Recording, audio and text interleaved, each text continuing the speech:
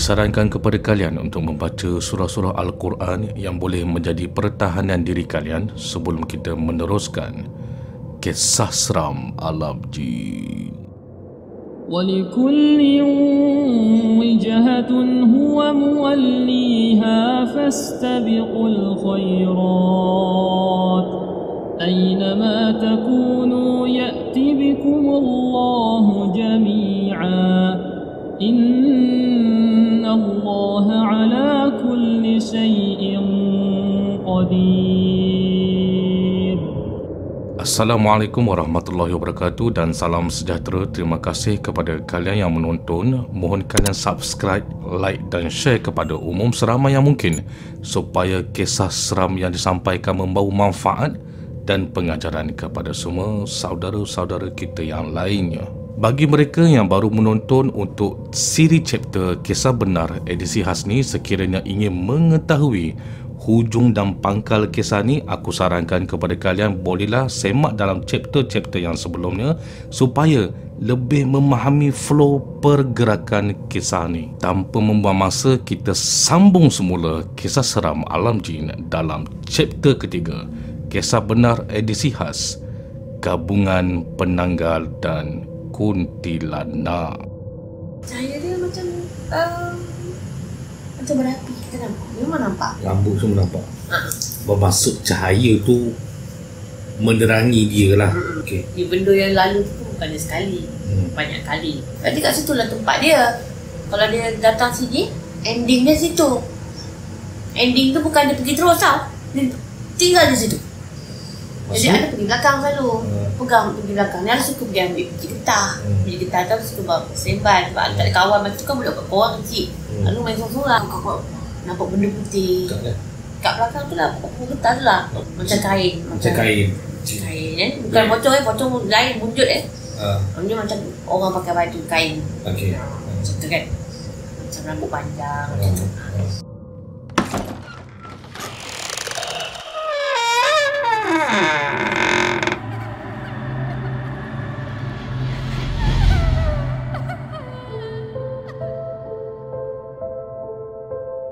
Maka selepas kami dapat tahu perkara yang sebenarnya yang menjadi punca mudahnya melihat benda-benda makhluk jin ni, jadi kami mengharapkan supaya benda-benda ni semakin lama akan jadi semakin berangsur pergi dan hilang dengan sendirinya lah. Tapi tak berhenti setakat tu je. Daripada kelibat-kelibat pocong ni, makhluk-makhluk jin ni dah mainkan peranan dalam bentuk yang lain pula.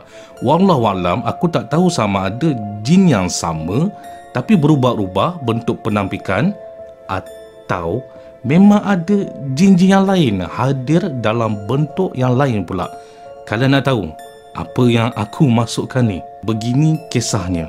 Akak aku yang sulung ni jenis kuat semangat juga orangnya. Sebab apa? Sebab walaupun dia tahu kalau dia keluar pada waktu malam, kemungkinan untuk dia dapat dilihatkan dengan kelibat pocong tu peluangnya sangat tinggi. Tapi akak aku ni tetap juga berani keluar waktu malam lah.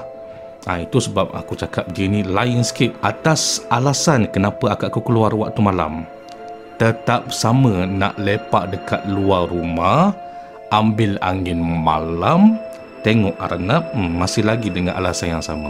Pada satu malam selepas beberapa minggu kemudian, akak aku keluar rumah tanpa pengetahuan mak aku. Masa tu akak aku bagi tahu aku mak aku tengah solat Isyak. Dia buka pintu depan tu perlahan-lahan. Kali ni akak aku tak bawa lampu suluh. Tujuan yang sama, duduk luar rumah dekat bangku yang sedia ada, ambil angin, tengok arnab. Sebab arnab ni, kata akak aku, kadang-kadang dia main dekat pasu bunga, dekat laman rumah. Jadi tak perlu nak pergi luar rumah, nak pergi mencari-cari tak perlu. Kadang-kadang anak tu datang main dekat cacalah pasu. Kemudian akak aku ni nampak ada satu cahaya tau, cahaya warna orange dari celahan-celahan pokok kelapa sawit yang sama depan rumah luar pagar belah kanan. Bezanya dari yang dulu, cahaya ni kedudukannya di sebelah kanan pula. Macam pocong dulu belah kiri kan. Ini tak, ni daripada belah kanan. Cahaya orange tu dia sama paras dengan ketinggian orang dewasa. Gambaran yang aku cuba gambarkan ni bukan cahaya tu berada di atas permukaan tanah. Tak. Dan juga bukan di tempat yang tinggi. Bukan. Tapi ketinggian cahaya tu pada paras kepala orang dewasa. Apa yang akak aku kata lagi, cahaya orange tu seakan-akan macam cahaya lampu limpah gasolin bercahaya disebabkan ada bahan bakar macam tu. Macam ni. Tapi tu dari jauh. Pelihatan akak aku ni masih sama-sama sebab dia jauh. Tak nampak lagi dengan jelas. Jadi dia buat andaian tu macam lampu gasolin lah. Apa yang orang tu buat dekat situ malam-malam? Apa dia buat? Yang membuatkan akak aku rasa agak kalut, cahaya tu bergerak dari suatu sudut celah pokok kelapa sawit di sebelah kanan, depan rumah, luar pagar. Jarak di antara cahaya tu dengan pagar kanan rumah aku ni lebih kurang dalam 10 meter macam tu. Bergerak dari arah kanan, menyusul menyeret sampai ke arah kiri. Kalian faham ke tak faham ni? Faham ya?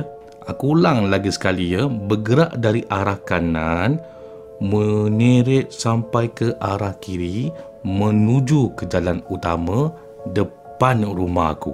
Akak aku tetap perhatikan cahaya tu. Akak aku memang tak berganjak walaupun takut, tapi disebabkan perasaan ingin tahu, akak aku ni tetap tak bergerak. Dia tengok dia cahaya tu. Sehinggalah masa cahaya tu bergerak perlahan menuju ke jalan kecil tu, tiba-tiba je cahaya tu dia berjalan macam ni tiba-tiba je cahaya tu membelok serta merta dengan laju ke arah akak aku yang sedang duduk di atas kerusi luar rumah waktu tu. Masa cahaya tu bergerak laju ke arah akak aku, sedikit demi sedikit akak aku nampak cahaya tu dengan jelas tau. Cahaya tu bukan sekadar cahaya.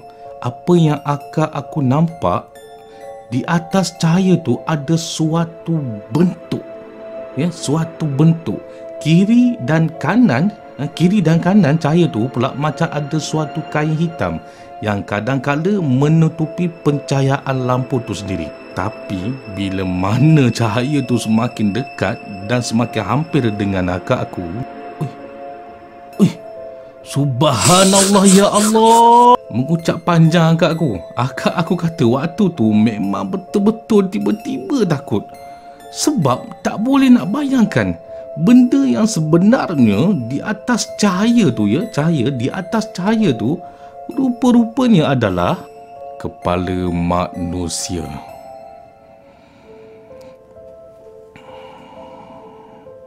Walaupun akak aku kata wajahnya kabur, tapi masih lagi nampak seakan-akan kelihatan raut muka yang buruk lah macam tu. Dan kain hitam kiri kanan cahaya tu pula bukannya kain hitam, tapi rambut yang mengerbang. Kalau kalian tanya sama ada akak aku ni nampak ke isi perutnya, akak aku kata waktu tu memang tak nampak pun isi perut macam dalam filem-filem seram yang kita tengok sebelum ni.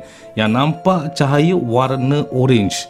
Itu saja. So dalam filem yang nampak isi-isi perut tu, mungkinlah dia nak menunjukkan lagi keseraman lah filem tu. Cuma apa yang akak aku kata, dari segi apa yang akak aku nampak, realitinya tak nampak sangat isi perut tu. Yang nampak hanya adalah cahaya.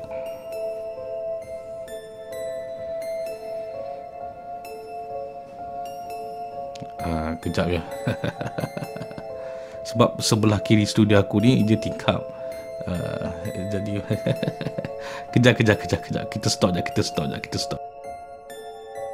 Nasib baik akak aku berada dalam kawasan rumah yang berpagar. Ketika kepala tu berterbangan semakin menghampiri dengan pagar utama rumah aku, tiba-tiba kepala tu terbang tinggi ke atas. Dia macam mana tau? Dia macam ni. Daripada arah kanan yang jaraknya 10 meter daripada pagar rumahku, arah kanan dia pergi ke kiri dengan perlahan. Kemudian nak dekat hampir dengan jalan utama depan rumahku yang kecil tu, tiba-tiba dia kepala tu patah pusing U-turn ke arah pagar utama depan rumahku menuju ke akak aku tau. Cuma yang bezanya adalah pergerakan daripada perlahan tu tiba-tiba je laju. Bila dia laju dah dekat hampir dengan pagar utama depan rumahku ni, tiba-tiba benda tu naik atas. Dia naik atas. Dia naik atas terbang tinggi. Dia ke mana tahu? Bila dia naik atas terbang tinggi, benda tu, kepala tu berpusing. Patah balik. Dia berpusing patah balik. Bukan menuju ke kelapa sawit. Dia berpusing patah balik menuju ke hutan. Sebelah kiri jalan utama ke ceruk rumah aku. Kalian nak tahu kepala tu ke mana? Kepala tu menuju tinggi ke arah puncak pokok besar yang berada dekat situ.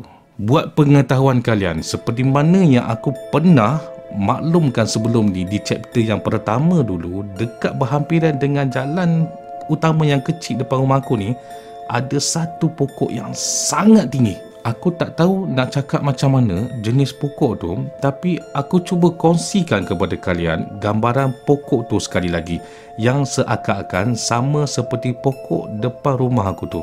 Dan ini contoh gambarnya yang sama macam depan rumah aku tu. Selepas kepala tu menuju dan berhenti di puncak pokok tu, akak aku baru ada satu perasaan nak larikan diri. Baru ada rasa nak larikan diri masuk ke dalam rumah. Bukan berjalan ya, tapi lari pecut, kecor orang Jawa kata. Masuk ke dalam rumah, tapi bijak. Akak aku bijak, buka dan tutup pintu perlahan-lahan. Khawatir takut mak aku tahu apa akak aku buat. Mak aku tahulah akak aku keluar sebab mak aku ada spy. Akulah spy mak aku waktu ketika tu. Aku yang bagi tahu mak aku yang akak aku keluar rumah waktu tu. Macam biasalah, bila dah degil mendapat jugalah akak aku kena rotan sebesar jari manis. Kemudian tak ambil masa yang lama ya, keesokan harinya, waktu dalam anggaran jam 3-4 petang macam tu, akak aku yang sulung ni pergi ke belakang rumah kutip biji pokok getah. Untuk gambaran yang lebih jelas, belakang rumahku dalam kawasan berpagar tu luas ya. Keluasan laman belakang rumahku dalam kawasan berpagar adalah dalam lebih kurang 20 darab 30 meter, 600 meter persegi keluasannya macam tu. Jadi kat hujung belakang rumah aku ada pokok getah. Satu-satunya pokok getah dalam rumah aku yang dulunya memang sengaja bapa aku minta kontraktor yang buat rumah aku ni supaya jangan potong pokok tu. Mungkin sengaja suka-suka kot. Bawah pokok getah ni banyaklah biji-biji pokok getah. Akak aku suka main kat situ sebab dia kata boleh perang dengan monyet atas pokok getah tu. Perang baling buah biji getah katanya. Memang kadang-kadang banyak monyet dekat belakang rumah aku ni sebab pada tahun 2021 ni masih lagi ada monyet dekat belakang rumah aku ni. Nak dijadikan cerita, masa tengah kutip biji-biji getah tu, dia kutip biji-biji getah tu, di seberang parit belakang rumah aku ada laluan jalan kaki. Di sebelah laluan jalan kaki tu pula ada kebun getah terbiar. Ketika itulah akakku terpandang di suatu sudut di antara pokok-pokok getah tu ada apa? Okey, sebelum aku bagi tahu ada apa, aku nak flashback balik sekejap cerita dan maklumat yang pakcik jiran sebelah rumah aku ni kongsikan. Yang mana beliau mengatakan belakang rumah aku adalah tempat secara tepat, aku ulang lagi sekali ya, adalah tempat secara tepat makhluk-makhluk ni tinggal dan bermain katanya. Apa yang akakku nampak? Akak aku nampak ada satu kain putih seakan-akan dikibar-kibarkan oleh angin kencang. Walaupun akak aku pasti ketika tu memang tak ada angin pun. Kibaran kain putih yang sebesar selimut diayun-ayun macam ditiup angin.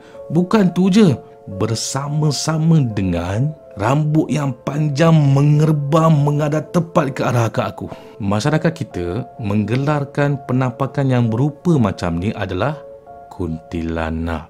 Lagi sekali, akak aku tekankan di sini ya, walaupun benda tu hampir dengan akak aku di seberang parit je, tapi wajah benda tu memang takkan dapat dilihat dengan penglihatan mata kita dengan baik. Muka kuntilanak tu samar-samar dan kabur-kabur. Tak akan jelas, tetap sama dengan pocong, dengan penanggal. Sebelum ni memang samar-samar. Tak nampak, memang kabur. Nak tengok contoh? Okey baik, ni contohnya ya.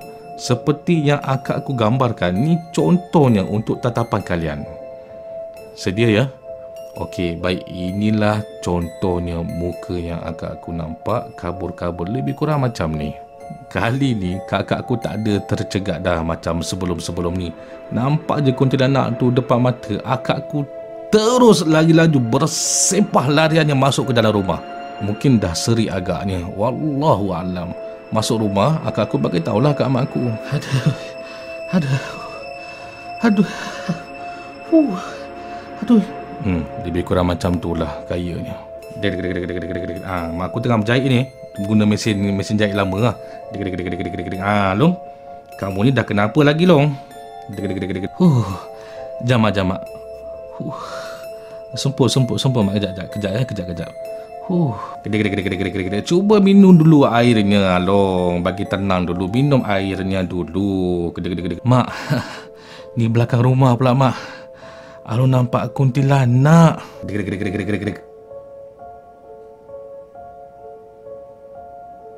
Mak aku terkejutlah dengan apa yang Kak Long ku cakapkan. Jadi mak aku tak rasa benda ni serius ya, sebab berlakunya penampakan ni hanya bermain-main di luar pagar rumah. Jadi mak aku beranggapan selagi mana kita berada di dalam kawasan rumah yang berpagar ni, insya-Allah tak akan ada apa-apa yang serius boleh berlaku. Mesti kalian tertanya-tanya, takkan gangguan penampakan ni berlaku pada akak sulung aku ni je? Adik-beradik akak aku yang lain tak kena kacau ke? Mak dengan bapa aku pun tak kena kacau ke? Tak ada gangguan ke? Okey, baik macam ni. Adik-adik akak sulung aku ni termasuklah diri aku pada waktu ketika tu kecil lagi. Jadi tak boleh nak ingat sangatlah apa yang berlaku pada tahun 1988. Dan mak aku pun ada bahagian gangguannya. Itu tunggu, nanti aku cerita. Sekarang aku lebih pentingkan kepada kakak sulung aku ni dulu, sebab ini yang ketaranya pada akak sulung aku ni. Yang lain-lain tu ada gangguan tapi agak ringan sikit. Bapa aku pula masih kekal misteri pada waktu ketika tu buat kami. Hanya mak aku je yang tahu siapa bapa aku sebenarnya pada waktu ketika itulah. Aku akan jelaskan nanti dalam chapter-chapter yang sambungan yang akan datang. Aku nak kalian tahu gangguan penampakan. Aku ulang lagi sekali ya. Gangguan penampakan pocong, penanggal, kuntilanak ni janganlah kalian ambil serius sangat. Sebab masih terlalu awal lagi. Kerana yang akan menyusul selepas ni adalah bermulanya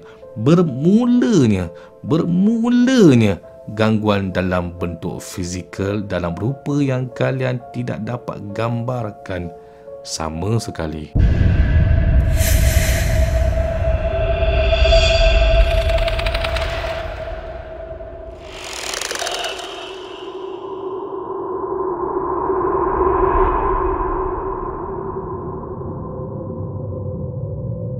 Kita berhenti setakat ni dahulu. InsyaAllah kita akan bersambung chapter yang ketiga ni kepada chapter-chapter yang seterusnya.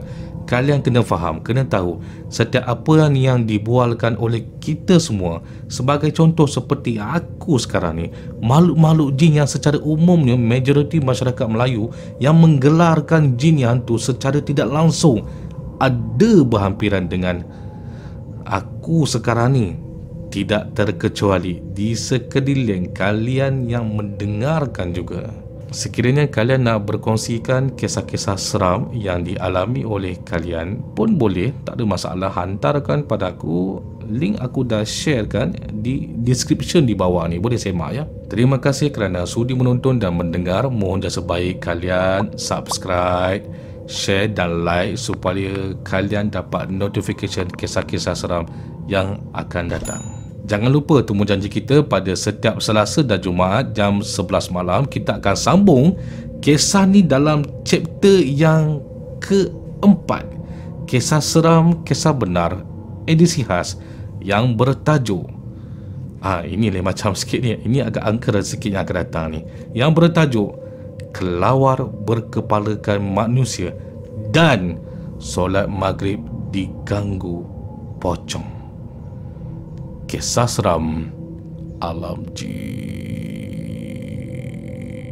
A'udzu billahi minasy syaithanir rajim. وننزل من القرآن ما هو شفاء ورحمة للمؤمنين ولا يزيد الظالمين إلا خسارا